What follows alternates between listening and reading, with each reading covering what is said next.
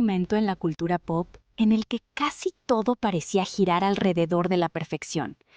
Las muñecas más populares solían verse impecables, delicadas y muy alejadas de cualquier imperfección real.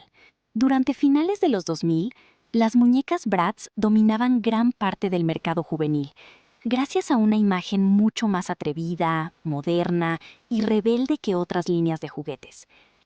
Mientras Barbie representaba una imagen más clásica y aspiracional, Bratz conectaba con las infancias y adolescentes a través de la moda urbana, un maquillaje intenso y personalidades más marcadas. Mattel entendió rápidamente que necesitaba una franquicia capaz de atraer a una generación que ya no se sentía identificada con los estereotipos tradicionales. Fue entonces cuando el diseñador Garrett Sander, junto a su hermano Darren, transformó esa idea en algo completamente nuevo: Monster High. Con esta línea, la rareza dejó de ser un defecto y se convirtió en estilo. La propuesta era simple pero poderosa. Hijos e hijas de monstruos clásicos viviendo su adolescencia con inseguridades, amistades, drama escolar y una identidad que no necesitaban esconder. Mattel presentó la marca precisamente como una celebración de la individualidad y la autoexpresión.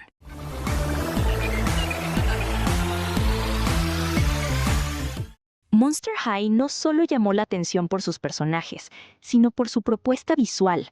Era una mezcla muy particular de moda gótica, punk, colores neón y siluetas estilizadas que la hacían distinta desde el primer vistazo.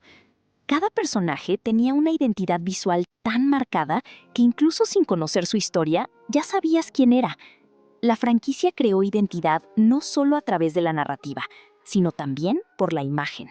Parte de la magia de Monster High fue que apareció justo cuando Internet estaba formando nuevas comunidades de nicho, estética y pertenencia. Su mezcla de monstruos, moda y humor conectó con una generación que estaba descubriendo Tumblr, YouTube y el poder de compartir fanarts, edits y teorías. La franquicia no se sintió como un producto frío de juguetería, sino como algo que podía habitar en la pantalla, en la habitación y en la identidad de quien la consumía. Por eso, el público no solo jugaba con Monster High, la coleccionaba, la editaba, la dibujaba y la convertía en parte de su propio mundo visual.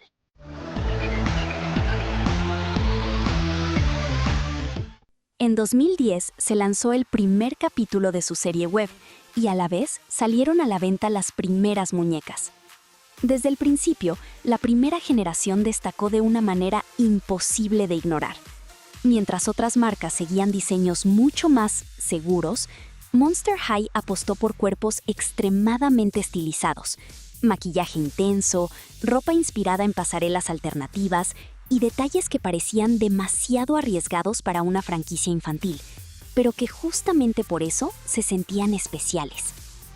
Las muñecas tenían colmillos, pieles de distintos colores, cicatrices, costuras, características animales y accesorios exageradísimos. Incluso sus empaques tenían personalidad propia, ya que incluían diarios íntimos, ilustraciones y detalles que hacían sentir que cada personaje era único. Los episodios cortos en YouTube ayudaron a que el universo creciera muchísimo más allá de los juguetes. Luego llegaron las películas en 3D, etapa que muchos fans consideran la verdadera época dorada de la franquicia. Producciones como Una fiesta tenebrosa, 13 deseos o Boo York, Boo York expandieron el universo con una estética muy cuidada y un mensaje constante sobre la identidad, la aceptación y la amistad. Esta primera generación terminó convirtiéndose en algo mucho más grande que una línea de juguetes. Influyó en los dibujos, la ropa, los gustos musicales y en la manera en que Internet adoptó la moda alternativa en los 2010.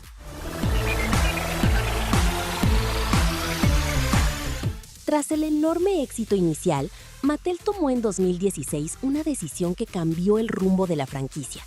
Lanzaron un reboot diseñado para un público notablemente más infantil. Suavizaron el estilo siniestro que las caracterizaba y redujeron la complejidad en el diseño de los personajes. Con la intención de volver la marca más amigable, los rostros se volvieron más redondos, los ojos más grandes el maquillaje menos intenso y los outfits mucho más básicos.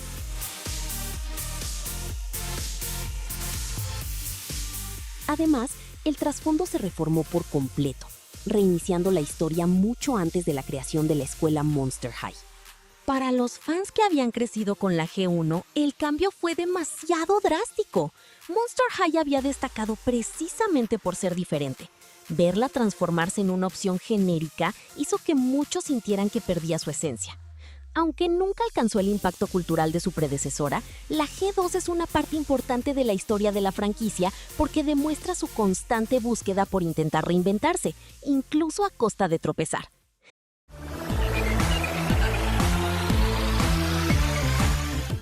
Tras el declive de la G2, muchas personas pensaron que Monster High quedaría en el olvido como una franquicia nostálgica de los 2010. El fandom seguía existiendo, pero vivía del recuerdo. Sin embargo, en 2022 la franquicia regresó con fuerza con una nueva generación, la G3. Desde el inicio quedó claro que esta etapa apostaba por la renovación. Nuevas muñecas, una nueva serie, películas y rediseños completos de los personajes clásicos hicieron que Internet volviera a hablar de Monster High. Como era de esperarse, el regreso trajo opiniones divididas.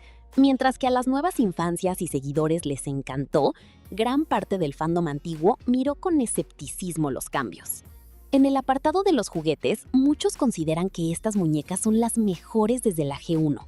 Los diseños recuperaron la creatividad, el color y la identidad visual exagerada, adaptando los outfits a las tendencias urbanas actuales. Pero sin duda el cambio más importante y algo controversial fue la inclusión de diferentes tipos de cuerpo. Y honestamente fue una gran idea. Al incluir diferentes tipos de cuerpo, más personas se pueden sentir identificadas, creando una conexión más fuerte.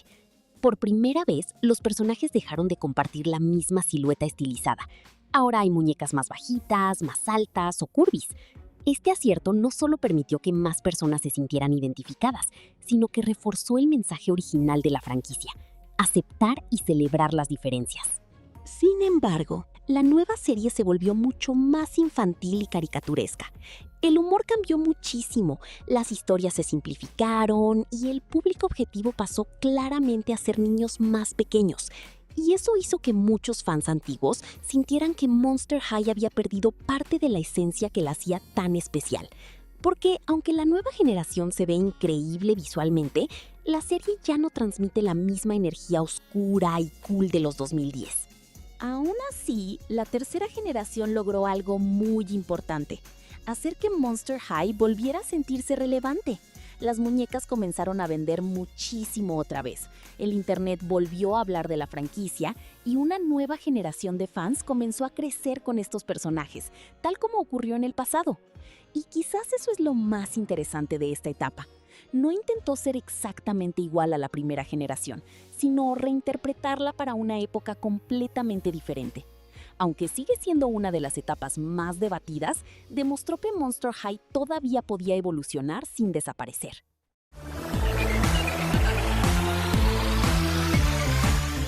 En 2022, Nickelodeon y Mattel lanzaron una nueva película live action titulada Monster High: The Movie.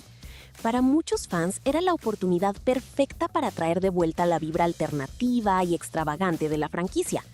Pero cuando finalmente salió, las reacciones fueron bastante diversas. Uno de los aspectos más criticados fue el maquillaje y la caracterización de los personajes. Parte de la magia de Monster High siempre había estado en sus diseños exagerados y teatrales, pero en acción real, muchos personajes terminaron viéndose demasiado simples o extraños visualmente. También hubo bastantes críticas hacia los efectos especiales. Algunas escenas con magia o transformaciones se veían bastante artificiales y daban la sensación de tener un presupuesto limitado. Y honestamente, probablemente sí fue parte del problema. Comparada con otras producciones juveniles modernas, la película se sentía más pequeña y mucho más enfocada en televisión infantil que en una adaptación cinematográfica grande. A pesar de esto, las películas funcionaron como una presentación completa de la nueva versión de Monster High y ayudaron a introducir a los personajes a una generación que jamás había visto la serie ni las producciones pasadas. Por eso, aunque siguen siendo de las entregas más criticadas, terminaron convirtiéndose en una pieza importante dentro de su historia. Marcaron el momento exacto en que la franquicia decidió reinventarse otra vez, aunque no todos estuvieran listos para aceptarlo.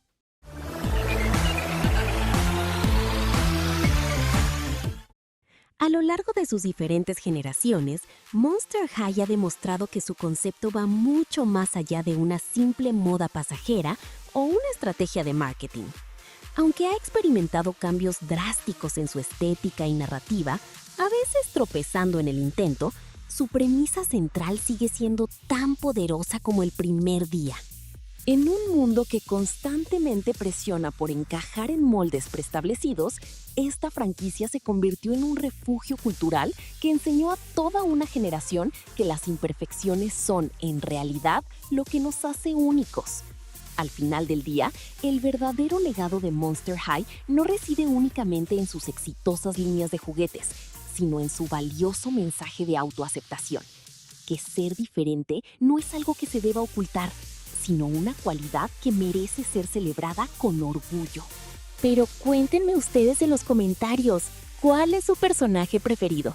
No olviden darle like al video. ¡Chao! Monster High no es tan terrible. Después de eso, dejé de esforzarme. Empecé a ser yo misma.